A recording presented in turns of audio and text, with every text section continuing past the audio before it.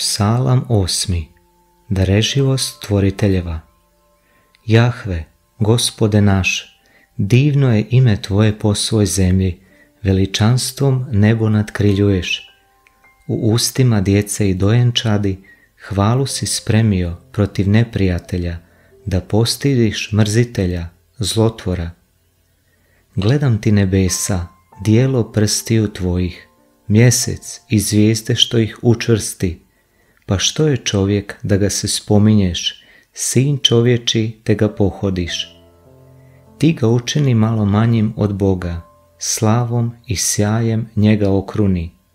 Vlast mu dade nad dijelima ruku svojih, njemu pod noge sve podloži, ovce i svakolika goveda, i zvijeri poljske k tome, ptice nebeske i ribe morske, i što god prolazi stazama morskim.